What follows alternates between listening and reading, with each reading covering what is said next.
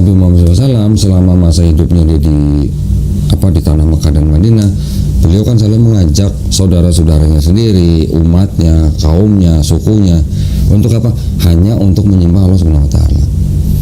Patung-patung berhala yang tadinya berkeliling di Ka'bah sampai 365 patung itu akhirnya dihancurkan ketika Nabi dan 10.000 sahabatnya menduduki Ka'bah, menduduki Masjidil Haram.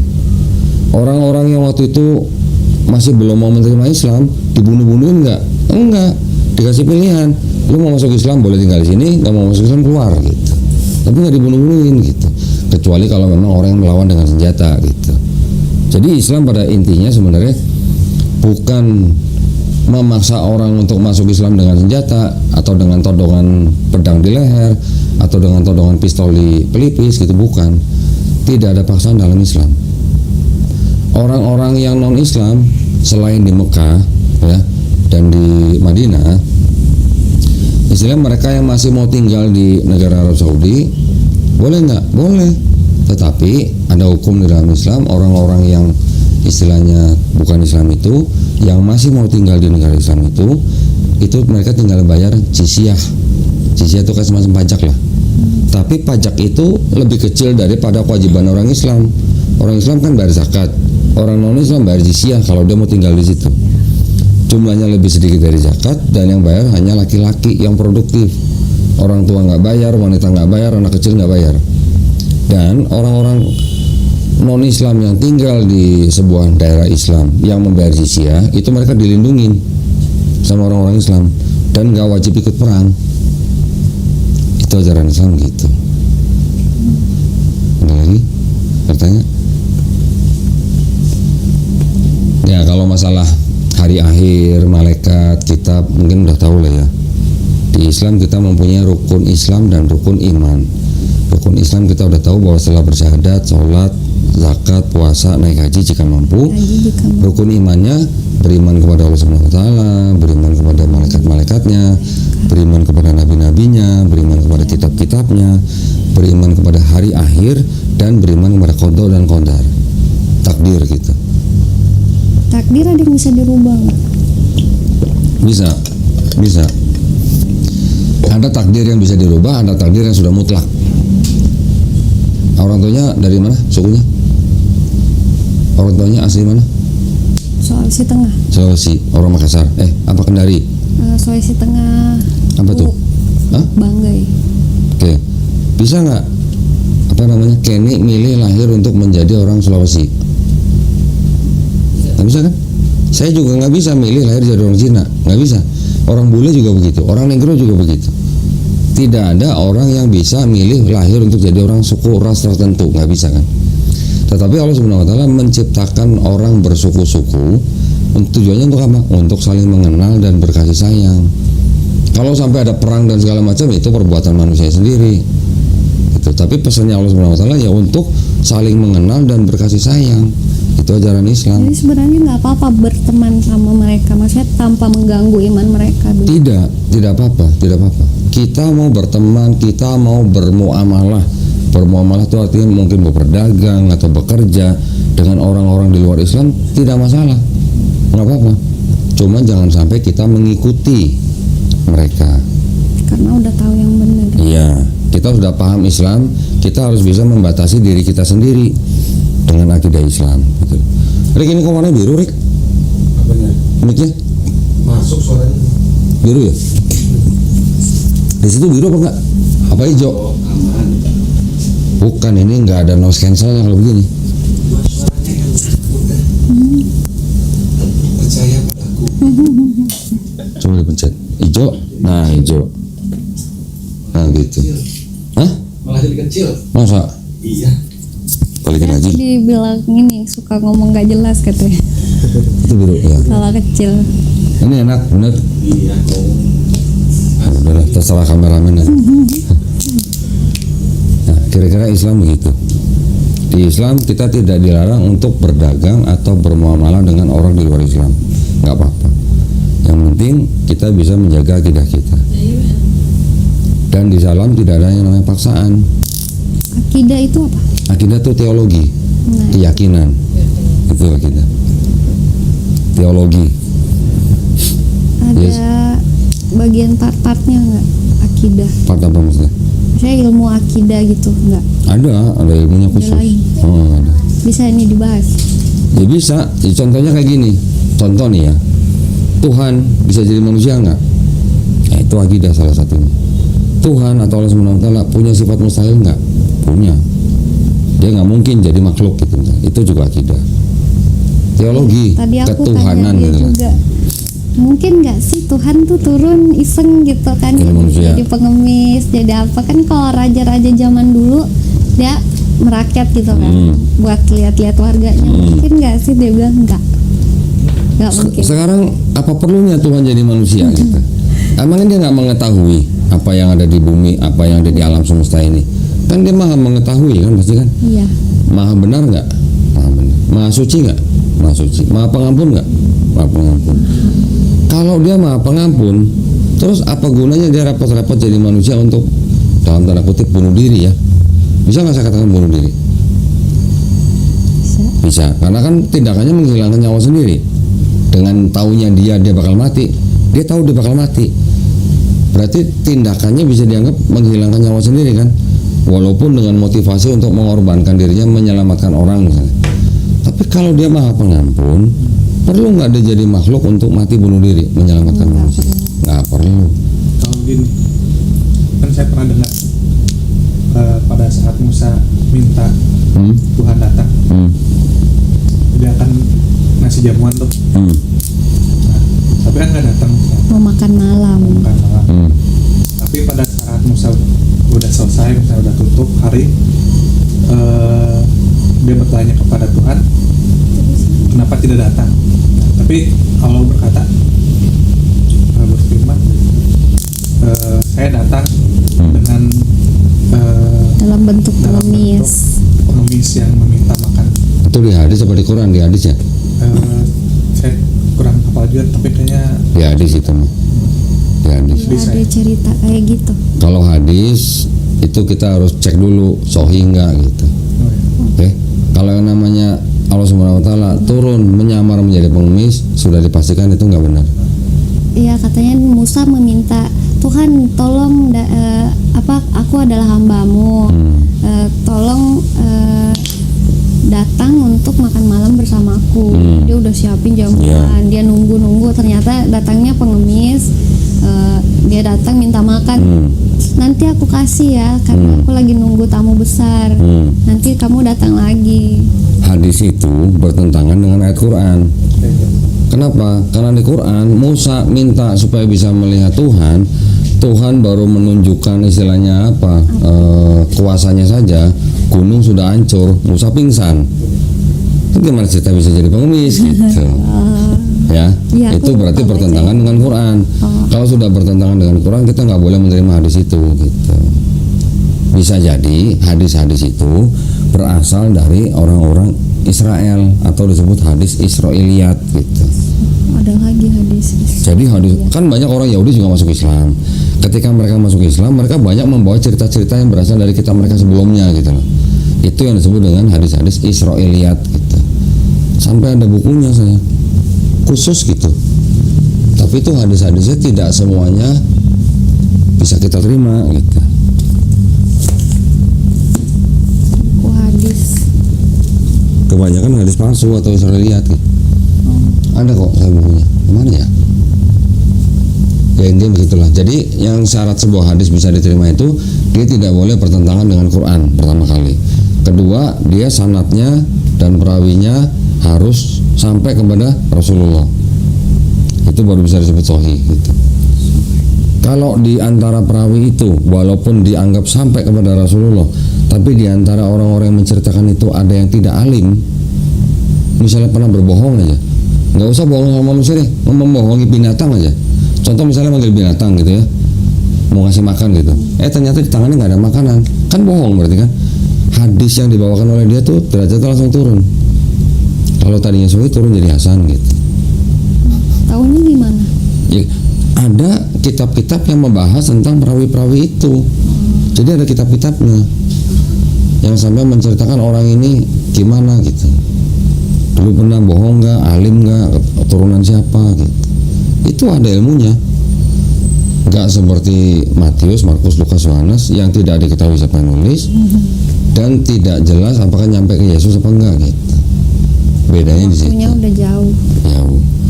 Dan kalau di hadis itu syarat utamanya tidak boleh bertentangan dengan Quran. Makanya ada HS, HR itu hadis Hadis riwayat, hadis riwayat, hadis sahih, hadis sahih. hadis sahih atau hadis riwayat gitu. Itu sama. Sebenarnya sama kurang lebih. Tapi tinggal tergantung di kitab siapa, Bukhari, Muslim, Tirmizi. Itu kitab-kitab itu memang sudah umum diterima oleh kalangan Islam gitu. Oke.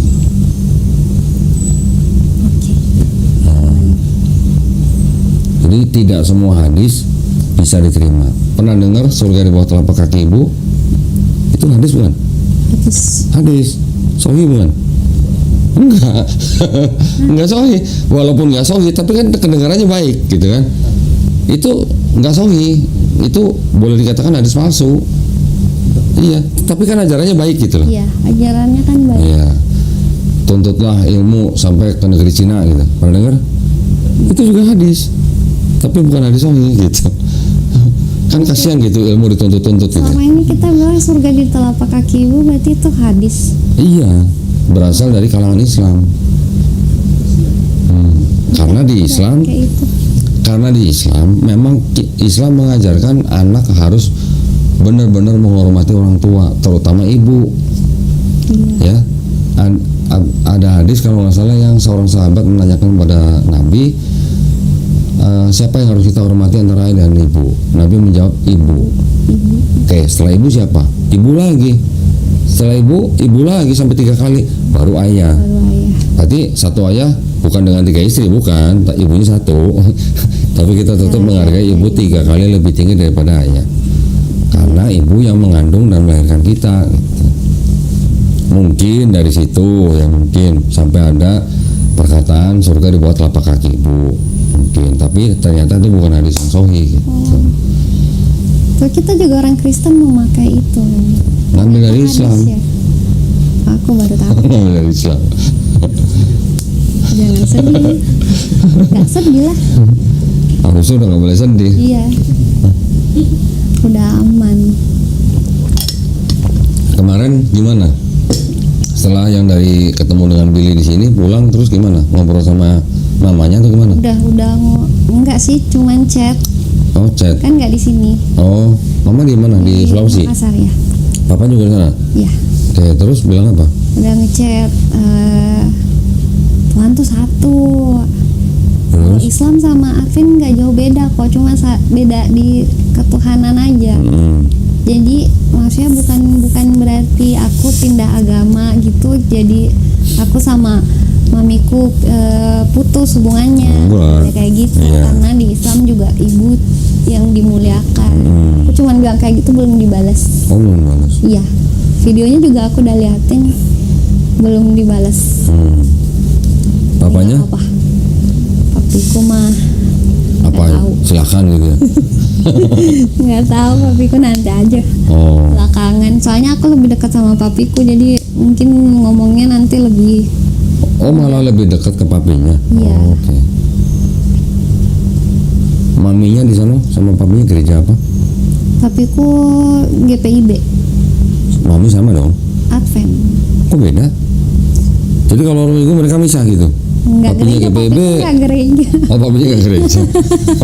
KTP, Oh. Oke. mancing mania. Ada lagi yang bertanya soal Islam? Apa lagi ya? Fitnah Islam pernah dengar nggak? Fitnah Islam. Tentang apa? Dulu pernah nggak mendengar orang yang memfitnah Islam gitu, ayat-ayat Quran misalnya? Enggak sih. Kalau di Advent sih enggak sih. Sejauh aku memandang. Cie. Berarti belum dengar semua ya, Rik ya? Banyak orang-orang di luar Islam yang memfitnah Ada Islam Islamologi. melalui Quran. Cuman ada Islamologi di Advent, ada Islamologi. Cuman aku udah lupa. Nggak ingat apa yang diajarin dulu. Udah lama banget. Terus yang mau ditanya lagi apa kira-kira Apa lagi ya? di Islam?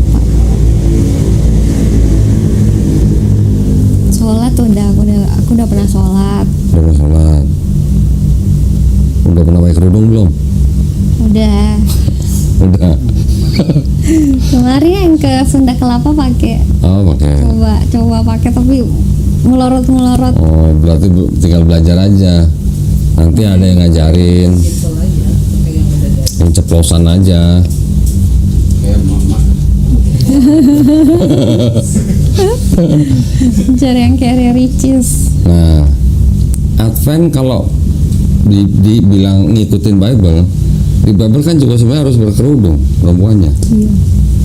Pernah ngeliat nggak foto lukisan Maria ibunya Yesus nggak pakai kerudung? Enggak. Selalu pakai kan? Kenapa? Kenapa Kristen nggak pakai ya? Nah iya itu juga nggak ngerti. Belum tahu jawabannya.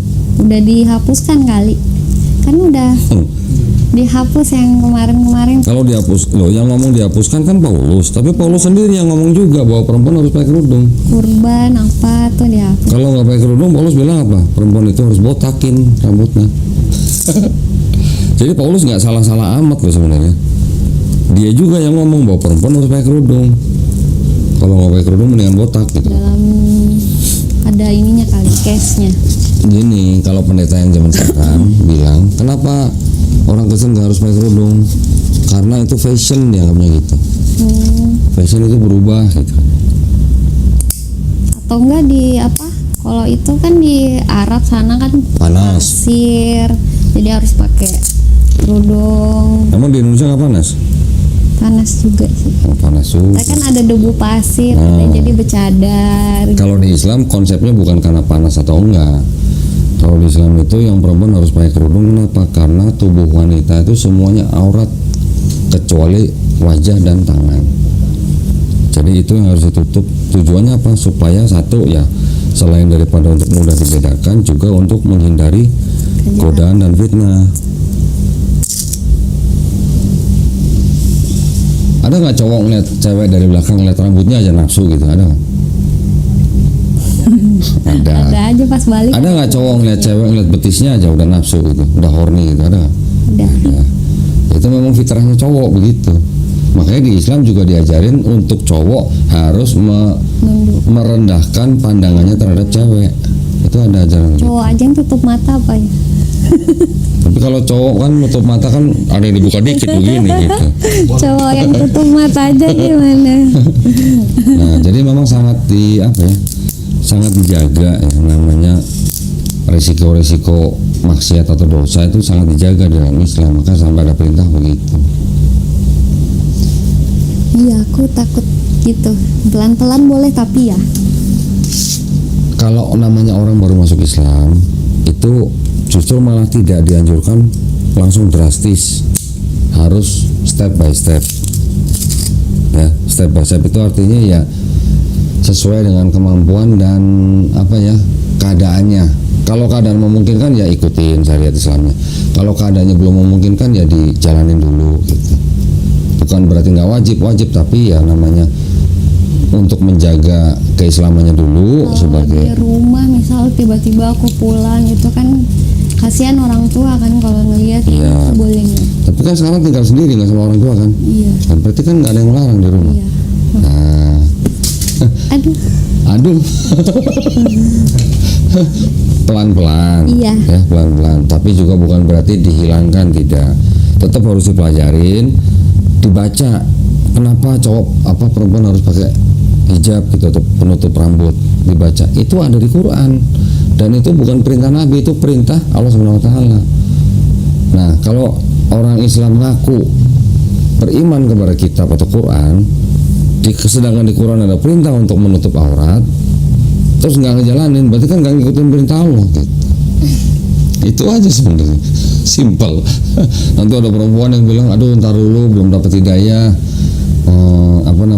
belum ada panggilan hati gitu. Iya. Lah kan hati bukan aurat. Iya kan kayak gitu. Ya jangan setengah-setengah kalau memang udah mau menjadi muslim gitu maksudnya. Ada juga kok yang tutup cuma hijab hati. Hijab hati, Hijab hati, kan hati bukan aurat. benerin hati dulu katanya. Bukan benerin hati, harusnya tinggal baca ayat Quran, itu perintah siapa gitu. Kan perintah Allah adalah perintah yang paling tinggi, Iya, jauh di atas. itu wajib. Iya, jauh di atas perintah manusia. Gitu. Ada lagi yang mau tanya? Nabi udah, Sholat udah, salat, puasa puasa, udah, ya tahu. tahu lah. Zakat Zakat 2,5. udah tahu. Zakat itu sama aja kayak perpuluhan nggak sih? Boleh dikatakan begitu, mirip-mirip Sebenarnya, konsepnya, iya. tapi pelaksanaannya Banyak atau yang tekniknya melenceng kalau di. itu ada perbedaan. Oke. Tekniknya aja yang berbeda. Di Islam ada nggak yang zakat 10%? Ada, untuk profesi tertentu gitu. Tidak untuk semua orang. Untuk profesi tertentu ada yang 5%, ada yang 10% gitu. Kalau berkurban itu, kalau kita belum mampu, Nggak apa-apa, nggak wajib. Nggak wajib, kan yang wajib tadi cuma 5 syariatnya. Setelah syahadat, sholat, zakat, puasa, haji. Di sini kan nggak ada kurban. tapi kalau mampu, Kalau mampu ya jangan malu-maluin gitu. Maksudnya gini loh, jangan kita mampu dalam setahun beli rokok sekian puluh juta tapi kurban nggak mampu gitu. Paham nggak maksudnya? sehari bisa lah. Nah, orang bisa beli rokok sehari berapa misalnya? 50.000. Coba 50.000 kali 365 hari berapa? Bener? Bener, Rik? Bisa dah Oh. dapat sapi. Nah, jadi maksudnya jangan kita mampu mengeluarkan beli rokok tapi kita nggak mampu berkorban. Gitu. Kurban. Duh, kena deh yang rokok deh. Mohon maaf ya, nggak sengaja ya, mohon maaf ya. Dengar tuh yang sobat-sobat. Kecuali kalau rokoknya minta gitu ya. Nyindir lagi ya. Kena lagi deh. modal paru-paru. Modal baru-baru. Kalau orang pasar bilang modal congor gitu. Cuma modal paru-paru katanya. Oke, Ada lagi mau tanya? udah. Kalau misalnya ini kan Nabi itu kan anaknya yang laki-laki meninggal kan, tinggal anak yang cewek kan. Apakah itu ada kekhususan atau keistimewaan untuk keturunan dari keturunan kedua, ketiga, ke bawah sampai ke bawah sampai Nabi. sekarang? Apa itu masih ada keistimewaannya atau hanya cuma sekedar gelar saja? Dari mana asalnya? Oke, kalau yang namanya orang yang punya darah Nabi, ya otomatis dia adalah sebagai keluarga Nabi ya. Ya boleh-boleh saja kita hormati ya. Tetapi kembali kepada khutbahnya Nabi. Orang Arab tidak lebih baik daripada orang non-Arab. Orang non-Arab tidak lebih baik daripada orang Arab. Boleh nggak kalau ini saya aplikasikan kepada keluarga Nabi tidak lebih baik daripada bukan keluarga Nabi? Bukan keluarga Nabi tidak lebih baik juga daripada keluarga Nabi. Yang lebih baik dari antara mereka apanya? Ya tetap takwanya. Itu aja. Kita tidak hanya harus menghormati keluarga Nabi. Yang kita harus hormati adalah semua manusia. Mau keluarga Nabi atau bukan, mau muslim atau bukan, tetap harus kita hormatin kok. Jadi ya jangan kita patokan kepada kalau khusus keluarga Nabi harus kita kultuskan. Nggak boleh. Nabi aja kita nggak boleh kultuskan, apalagi keluarganya gitu. Nabi aja kan nggak mau dikultuskan. Itu di bagian mana sih, saya pernah dengar gitu kan, saya lupa di apa di hadis yang Nabi itu berkata Jangan gambar. jangan gambar saya sama jangan jangan naik-naikin nama Ya itu adalah kekhawatiran Nabi, jangan sampai umatnya seperti umat sebelumnya yang sampai akhirnya menuhankan manusia gitu. Siapa tuh? Nggak tahu tuh. dia. Siapa Nggak tuh? ngomong apa-apa, kenanya siapa itu? Ya itu makanya sampai nggak boleh digambar, apalagi sampai bikin patung. Karena itu orang dengan melihat gambar, mungkin gini, kalau Nabi masih hidup, masih ada pengikut ini jelas karena nabinya masih hidup, dikasih tahu Tuhan Allah SWT misalnya Sang Pencipta, nyembah hanya Dia saja. Pengikut yang masih bisa ngeliat Nabi jelas. Tapi ketika Nabi ini nggak ada, pengikut ini sudah nggak ada, nanti generasi berikutnya Kan mereka mungkin informasinya sudah ada yang terdistorsi gitu, ya kan? Nanti ada pengikutnya untuk mengenang dia pakai gambar, dia pakai patung. Lama-lama pengikut yang generasi sesudahnya bukannya malah mengingat tapi hanya langsung menyembah. Itu yang banyak terjadi di agama-agama yang lain. Agama yang lain. Hah? Iya. Nah, sekarang kalau kita perhatikan dari mulai Nabi Adam alaihissalam, Nabi Nuh alaihissalam, Nabi Ibrahim alaihissalam, Nabi Ismail, Nabi Ishak, Nabi Yakub alaihissalam, Nabi Daud alaihissalam, Nabi Musa alaihissalam, Nabi Harun alaihissalam, Nabi Sulaiman alaihissalam, sampai Nabi Isa alaihissalam. Ada nggak semuanya menyembah patung? Kan nggak ada. Semuanya kan memberitahu pesan, bahkan di dalam Bible pun semuanya memberi pesan apa? Tuhan hanya satu. La ilaha illallah. Pesannya sama semua kan? Baca di Bible juga sama, di Quran juga sama. Jadi satu. Nabinya banyak, pesannya sama, cuma satu. Bukan setiap nabi membawa pesan yang beda-beda. Begitu juga Nabi Isa atau Yesus di situ. Ditanya, apa hukum terutama? Shema Israel, Adonai Eloheinu, Adonai Ehad. Sama dengan la ilaha illallah.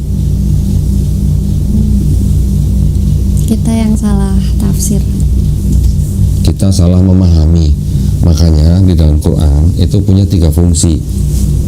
Fungsi yang pertama membenarkan kitab-kitab sebelumnya yang diberikan kepada Bani Israel, ya, membenarkan. Tetapi apakah kitab yang diberikan itu adalah yang Bible-nya Yahudi dan Bible-nya Kristen? Nanti dulu, gitu ya, kita harus belajar. Yang kedua, Quran fungsinya sebagai Al-Muhaimin, batu ujian, pengoreksi kesalahan-kesalahan pemahaman orang terhadap ajaran-ajaran Nabi yang sebelumnya atau ajaran kitab sebelumnya, kesalahpahamannya gitu. Yang fungsi yang ketiga baru Quran sebagai mubayyin, menjelaskan kesalahannya apa gitu, dikembalikan ke jalan yang lurus gitu istilahnya. Jalan yang lurus itu siapa? Bukan manusia, Allah Subhanahu wa taala. Setiap nabi memang juga jalan gitu loh, ya. Tapi istilah jalan dan hidup dan kebenaran itu istilah-istilah manusia sebenarnya. Kalau di dalam Islam makanya kita tidak pernah mengenal Tuhan dipanggil sebagai Bapa, nggak ada. Nabi dipanggil sebagai anak Tuhan, nggak ada kan? Nggak ada istilah anak dan Bapa di dalam Quran. Karena apa? Kalau orang melihat istilah anak Tuhan, anak Allah, nanti lama-lama orang menuhankan anak Allah itu gitu.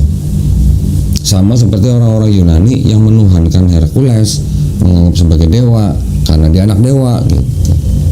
Maka di Quran tidak ada istilah Bapa dan anak, nggak ada. Nggak ada foto juga. Nggak boleh, sebenarnya nggak boleh gitu. Tapi ya kalau untuk suami istri boleh lah, tapi di kamar, jangan di ruang tamu gitu. Buat kenang-kenangan nih, sebagai pengingat. Nanti kalau ribut tuh inget tuh dulu waktu nikah gimana tuh bahagianya gitu misalnya gitu. Tutupin tapi mati. Tutupin. Prinsipnya gitu. Ya kalau di Advent kan dia nggak makan udang ya, udang, cumi.